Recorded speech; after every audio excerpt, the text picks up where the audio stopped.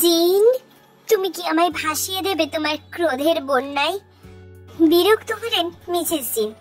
মনে মনে বললেন, বুড়ো হয়ে গেল, তবুও স্বভাব ছুটল না। ওগো জিন, তুমি কি শুনতে পাচ্ছ না আমার হাহাকার? আর কত রাগ করে থাকবে? এবার তো কথা বলো। আমার কর্ণ তোমার গলার মিষ্টি মধুর স্বর শোনার জন্য আকুপাকু করছে। মনে মনে হাসলেন মিসেস জিন।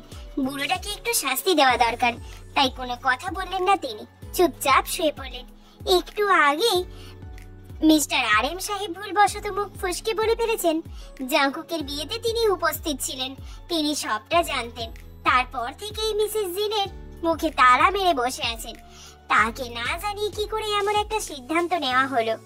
ছেলে না হয় তার অমন একটা সিদ্ধান্ত নিয়েছে, কিন্তু এই বুড়ো সব জেনেও তাকে বললো না কেন? কথা বলবেন না তিনি, কিছুতেই বলবেন না। বউকে কথা না বলে শুয়ে পড়তে দেখে হতাশ হলেন মিস্টার আর এম সাহেব। বউটা তার বড্ড জেদি। এক সময় এই জেদের প্রেমে পড়েছিলেন তিনি, আর আজ হতাশ করতে হচ্ছে।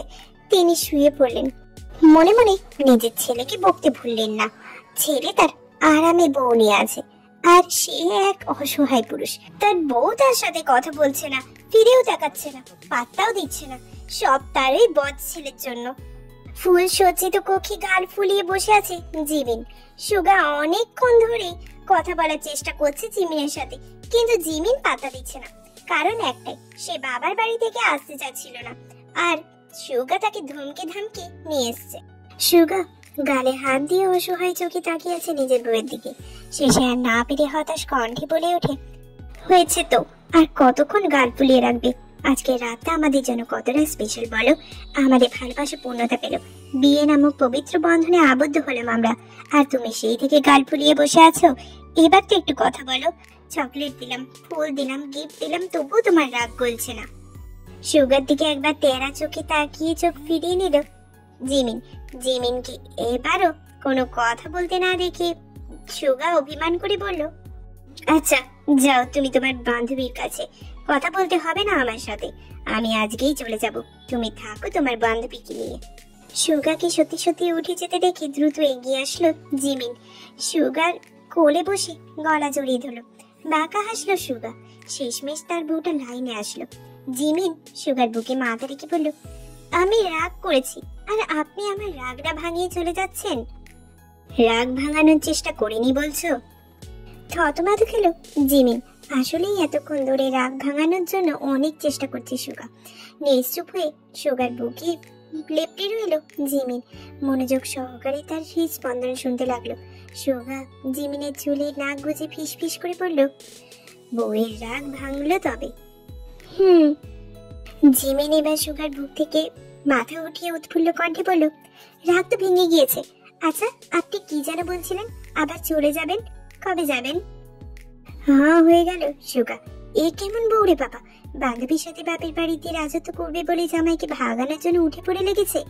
রাগ হলো সুগার। কেন জানি তার মনে হলো তার কোনো দাম নেই নাকি। সে জিমিনের উন্মুক্ত ঘাড়ে একটা কামড় বসিয়ে দিল।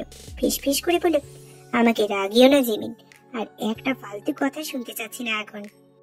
অভিমান হলো জিমিনে। তার কথা ফালতু মনে হয়? সে সুগার কোল থেকে নামতে চাইলে শক্ত করে আঁকড়ে ধরল সুগা। কামড় দেওয়া জায়গায় আলতো করে চুমু খেয়ে ফিস ফিস কণ্ঠে বলল, ইটস রোম্যান্স টাইম জান। আর একবার বিরক্ত করবে না। এতক্ষণ অনেক সহ্য করেছি, এবার তোমার সহ্য করার পালা। লজ্জায় গাল লাল হয়ে আসলো জিমিনের।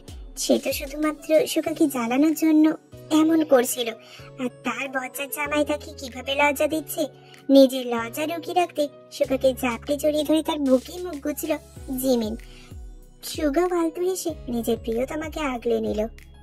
প্রতিদিনের মতো অনেক সকালে ঘুম ভাঙলো জাঙ্কুকের। তবে আজকের সকালটা অন্যরকম হলো তার। বুকে ভারী ভারী অনুভব করে মাথা উঁচু করলে দেখলো সে। চোখে ধরা দিল তার শুভ্রপরীর মুখটা। দেখলো তে তার বুকে মাথা রেখে তার সাথে লেপটে নিশ্চিন্তে ঘুমাচ্ছে। ঠোঁট বাঁকিয়ে হাসলো জাঙ্কুক। এই মেয়ে রাতে তাকে জড়িয়ে ধরতে দিচ্ছিল না, আর এখন কি সুন্দর জড়িয়ে ধরে ঘুমাচ্ছে। তের কপালে পড়ে থাকা ছোট ছোট চুলগুলো আলতো হাত দিয়ে সরিয়ে দিল জাঙ্কুক। অতি সাবধানে তেকে বেডে শুয়ে দিল। কিছু সময় তের দিকে মুগ্ধ হয়ে তাকিয়ে কপালে আলতো করে ঠোঁট ছোঁয়ালো সে। ঘুমের মাঝে নড়ে উঠল তে। জাঙ্কুক আবার তেকে নড়াচড়া করতে দেখে সরে আসলো। ঘড়িতে সময় দেখে নিয়ে চলে গেল ফ্রেশ হতে। আজ পার্টি থেকে একটা মিটিং রাখা হয়েছে, তাকে সেই মিটিং এ জয়েন করতে হবে। জাঙ্কুক ওয়াশরুমে যাওয়ার কিছু সময় পর ঘুম ভাঙল তের। হাই তুলতে তুলতে উঠে বসলো সে। আশেপাশে তাকিয়ে দেখলো জাঙ্কুককে। ওয়াশরুম থেকে পানি পড়ার শব্দে ভেসে আসছে। তাতে বুঝলো জাঙ্কুক ওয়াশরুমে আছে। তে হাই তুলে শরীর মোচড়াতে লাগলো। এমন সময় ওয়াশরুমে দরজা খুলে বেরিয়ে আসলো জাঙ্কুক। পরনে একটা স্যান্ডো গেঞ্জি আর প্যান্ট, গলায় টাওয়াল ঝোলানো। তে চোরা চোখে তাকিয়ে রইল জাঙ্কুকের দিকে। লোকটাকে শাওয়ার নেওয়ার পর ভেজা এলোমেলো চুলে একটু বেশি সুন্দর লাগছে বলে মনে হলো তের। পরক্ষণে তে নিজের বিরোধিতা করে বলল, না না, এই লোকটাকে তো সবসময় একটু বেশি সুন্দর লাগে। তের ভাবনার মাঝে জাঙ্কুক চুল মুছতে মুছতে বলে উঠল, ছি মিসেস অদ্ভুত চোখওয়ালি, তুমি তো দিন দিন ভারী লুচু হয়ে যাচ্ছ। এভাবে চোখ দিয়ে গিলে খাচ্ছ কেন আমায়? আমি জানি আমি অনেক সুদর্শন, তাই বলে এভাবে তাকিয়ে থাকবে? আমার বুঝিয়ে লজ্জা করে না? শেষের কথাটা লজ্জা লজ্জা ভাব নিয়ে বললো জাঙ্কুক।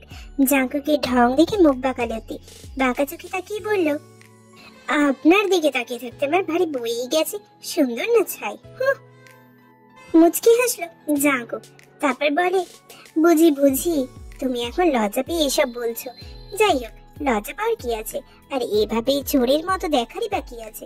আমি তো তোমারই জামাই, দেখারই চলে সোজাসুজি তাকিয়ে থাকতে পারো তো। এরপর থেকে যখনই দেখতে ইচ্ছে করবে পুরো অধিকারের সাথে বলবে, জামাই আপনাকে মন ভরিয়া দেখিতে চাই, আপনি এখানে বসে থাকুন। আমিও বসে থাকবো। যদিও আমার আবার লজ্জা বেশি, ওভাবে তাকিয়ে থাকলে একটু লজ্জা লজ্জা করবে, তবু বইয়ের আবদার বলে কথা রাখতে তো হবে। ফোঁস করে নিঃশ্বাস চালাতে এই লোকের সঙ্গে তর্ক করে লাভ নেই, সে বুঝে গেছে। উল্টে এই লোক শুধু তাকে লজ্জাই দেবে। তে বোঝে না এই লোক এত কথা কি করে বলে। আগে তো দেখলে মনে হতো মেপে মেপে কথা বলে, অথচ এখন একবার মুখ খুললে আর বন্ধ হয় না। লোকটাকে শুধু তার সাথেই এত বকবক করে নাকি? তেকে চুপ থাকতে দেখে নিজেকে তৈরি করতে ব্যস্ত হয়ে পড়লো জাঙ্কুক। তে বিড়ের সাথে হেলান দিয়ে জাঙ্কুকের সাজগোজ দেখতে লাগে। জাঙ্কুকের স্টাইল দেখতে বিড় করে বলে ওঠে, এই তো সাজ তো আমি মেয়ে হয়েও দিই না, আর এই এমপি সাহেবকে দেখো কি স্টাইল করা হচ্ছে। বুঝি তো বুঝি, সব মেয়েদের অ্যাট্রাক্ট করার ধান্দা। শুধু শুধু লুচু বলি না, না এই ব্যাটাকে একা ছাড়া যাবে না। কখন কোন শাকচুনি এসে টান দেয় বলা যায় না, কিছু একটা করতেই হবে। তের ভাবনার মাঝে জাঙ্কুক ফিটফাট হয়ে এসে তের সামনে দাঁড়ালো। তেকে পা থেকে মাথা অব্দি স্ক্যান করলো সে। চোখ ছোট ছোট করলো। তে এইভাবে লুচু ছেলেদের মতো তাকাচ্ছেন কেন? নিজের নজর সংযত করুন। তের কথা কানে তুলো না জাঙ্কুক। তেকে আরো একবার পরখ করে নিয়ে ঠোঁট বাঁকিয়ে হাসলো। আমাকে লুচুর মতো করে তাকাতে তো তুমি বাধ্য করলে, আমার কি দোষ? সকাল সকাল এইভাবে এলোমেলো হয়ে আমার সামনে বসে থাকলে আমার নজর তো যাবেই। ওয়েট ওয়েট, তুমি আবার আমাকে অ্যাট্রাক্ট করার চেষ্টা করছো না তো মিসেস অদ্ভুত চুকওয়ালি? দেখো আমার কিন্তু জরুরি একটা মিটিং আছে, তুমি এইভাবে এই সময় আমাকে অ্যাট্রাক্ট করতে পারো না। রাতে যখন ফ্রি থাকবো তখন অ্যাট্রাক্ট করিও, কেমন? জাঙ্কুকের কথায় কান গরম হয়ে আসলো তের।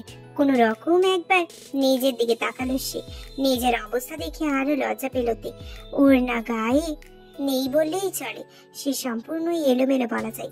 এতক্ষণ ধরে এইভাবে এলোমেলো হয়ে জাঙ্কুকের সামনে ছিল তা খেয়ালই করেনি সে। তাড়াহুড়ো করে ওর না গায়ে জড়িয়ে নিল। দ্রুত পায়ে বেড থেকে নিচে নামলো।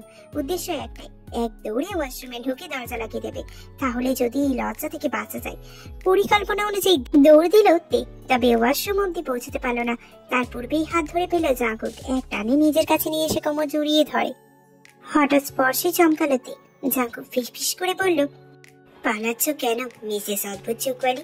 তোমাকে তো আমি সাহসী ভেবেছিলাম, এখন দেখি তুমি মহাভীতু। ছাড়া পাওয়ার জন্য ছটফট করতে লাগলো তে। আমতা আমতা করে বলল, পালাচ্ছি বললেন কেন? আমি তো ফ্রেশ হতে যাচ্ছিলাম। ছাড়লো না জাঙ্কুক। এক হাত উঠিয়ে দিয়ে ছোট ছোট চুলগুলো কানের পেছনে গুজে দিয়ে বলল, তোমার কপালে পড়ে থাকা চুলগুলো আলতো হাতে সরিয়ে দেওয়ার অধিকারটা সারা জীবনের মতো আমার হয়েছে। ভাবতেই অনেক ভালো লাগছে জানো।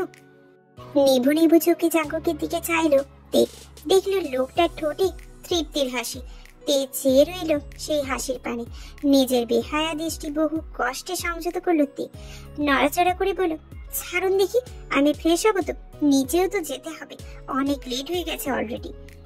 এবার একটু গম্ভীর হলো জাঙ্কুক। তের কোমর আর একটু শক্ত করে আঁকড়ে ধরে বলল, আমার একটা জরুরি মিটিং আছে, তাই যেতে হবে। সন্ধ্যার পর বাড়ি ফিরবো হয়তো।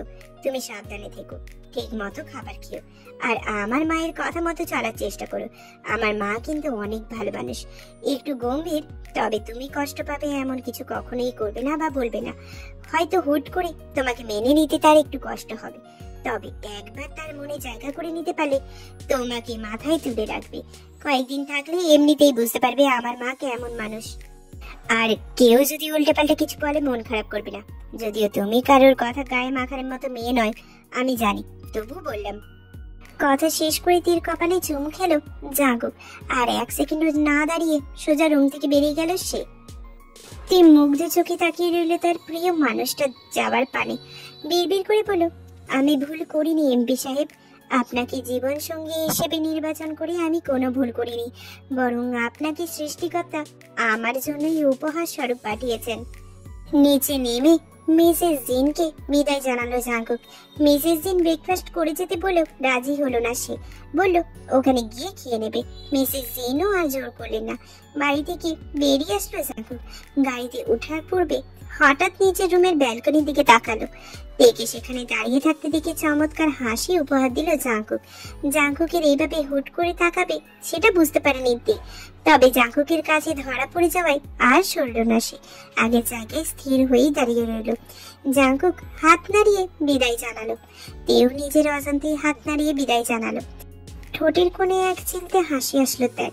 জাঙ্কুকের গাড়ি যাওয়ার পানে এক দৃষ্টে তাকিয়ে রইল সে, যতক্ষণ দেখা যায়। ফ্রেশ হয়ে নিজেকে পরিপাটি করে নিল তে। এমন সময় দরজায় কেউ নক করে জানালো তাকে নিচে ডাকা হয়েছে। ধীর পায়ে নেমে আসলো তে। নিচে নামতেই একজন কর্মচারী বলল ডাইনিং টেবিলে যেতে। জোরে একটা শ্বাস টেনে ডাইনিং টেবিলের উদ্দেশ্যে অগ্রসর হলো তে। না চাইতেও বেশ নার্ভাস সে। জাঙ্কুক থাকলে হয়তো এমন ভয় কাজ করতো না। ডাইনিং টেবিলের কাছে পৌঁছাতে দেখলো শুধুমাত্র মিস্টার আর এম সাহেব আর মিসেস জিন বসে আছেন। তে সামনে গিয়ে মৃদু কণ্ঠে সালাম দিল। মিস্টার আর এম সাহেব উৎফুল্ল কণ্ঠে সালামের জবাব দিলেন। বসো মামুনি, তোমার জন্যই অপেক্ষা করছিলাম। তে ভয়ে ভয়ে মিসেস জিনের পাশে চেয়ারে বসে পড়ল। তে বুঝতে মিসেস জিন তের প্লেটে খাবার বেড়ে দিলেন। অবাক হলো তে। মিসেস জিন এখনো তার সাথে একটাও কথা বলেনি, অথচ তার খেয়াল রাখতেও ভুলছেন না। মিসেস জিন তেকে খাবার দিয়ে নিজের খাবার খাওয়ায় মনোযোগ দিলেন। হাঁসফাঁস করতে লাগলো তে। সে কিছু একটা বলতে চায়, কিন্তু এখন বলবে কিনা বুঝতে পারছে না। তে কি খাবার না খেয়ে হাঁসফাঁস করতে দেখে মিস্টার আর এম সাহেব বলে ওঠেন, কি হয়েছে মামুনি, খাচ্ছ না কেন? কোনো সমস্যা হয়েছে? বলতে পারো আমাদের। আসলে স্যার, একটা রিকোয়েস্ট ছিল। অবাক হলেন মিস্টার আর এম সাহেব, ভীষণ ভীষণ অবাক হলেন। মিসেস জিনও খাবার থামিয়ে গম্ভীর দৃষ্টিতে তাকালেন তের দিকে। মিসেস জিনকে এইভাবে তাকাতে দেখে মাথা নত করল তে। কে তোমার স্যার? থতমত খেলো তে। ভীতু চোখে মিস্টার আর এম সাহেবের দিকে তাকালো সে। মিস্টার আর এম সাহেব এবার বলে ওঠেন, আমি তোমার বাবাই হই মেয়ে। স্যার স্যার কি করছো? আমি এত সুন্দর করে তোমাকে মামুনি ডাকছি আর তুমি স্যার স্যার করে যাচ্ছ, এটা কি ঠিক? এরপর আরেকবার স্যার বললে কিন্তু আমি মামুনি বলে ডাকবো না, বলে দিলাম। স্বস্তির নিঃশ্বাস ত্যাগ করলো তে। আলতো হাস মিস্টার আর এম সাহেবের কথায় হাসলেন আর এম সাহেবও। আদুরে কণ্ঠে বললেন, আজ থেকে, এখন থেকে আমাকে বাবাই বলে ডাকবে, বুঝছো? আর রিকোয়েস্ট বলে কোনো শব্দ আমাদের মাঝে থাকবে না। তুমি আমার মেয়ে, তাই যখন যা আবদার করবে তাই মেনে নেব। আমার সাধ্যের মধ্যে থাকলে অবশ্যই দেব।